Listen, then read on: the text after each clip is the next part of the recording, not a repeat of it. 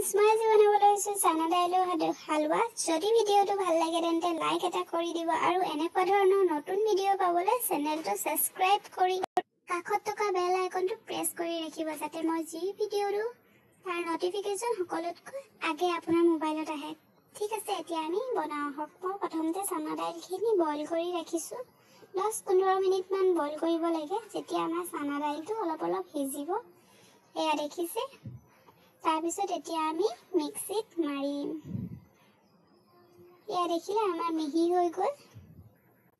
এতিয়া আমি হালৱাৰ বাবে কি লাগিব আমি ৰেডি কৰি লওঁ হক এয়া মই চেনিয়ে বাটি লৈছো কিসমিস কাজু বাদাম ডাব নাৰিকল আৰু তেজপাত লৈছো প্ৰথমতে এখন গৰম কেৰাহীত ৰিফাইন তেল ঢালি লৈছো অলপ গৰম হবে যেতিয়া অকমান চেনি আমি তেলত দি দিম লৰাই ৰাখিম যেতিয়া আমাৰ ৰঙা হ'ব তেতিয়া চানা দাইলখিনি দি দিম তাৰপিছত 10-15 মিনিট মান লৰাম যেতিয়া ৰঙা হৈ উঠিব তেতিয়া আমাৰ ধুনীয়া কালাৰ হ'ব তাৰপিছত কিসমিস ডাব নাৰিকল তেজপাতখিনি আৰু আমি এতিয়া চেনিখিনিও দি খুব লৰাম চেনিখিনি মিলি নজোৱালৈকৈ লৰাই থাকিম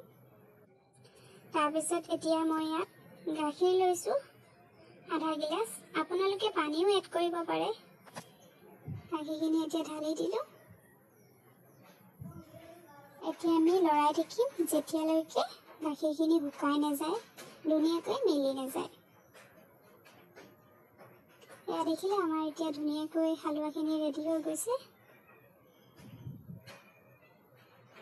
গাখীৰখিনিও ধুনীয়াকৈ শুকাই গৈছে এয়া চাওক এতিয়া আমাৰ হালৱা ৰেডি হৈ গ'ল ভিডিওটো ভাল লাগিল যদি লাইক কৰিব নাপাহৰিব আৰু ভিডিওটো চোৱাৰ বাবে থ্যাংক ইউ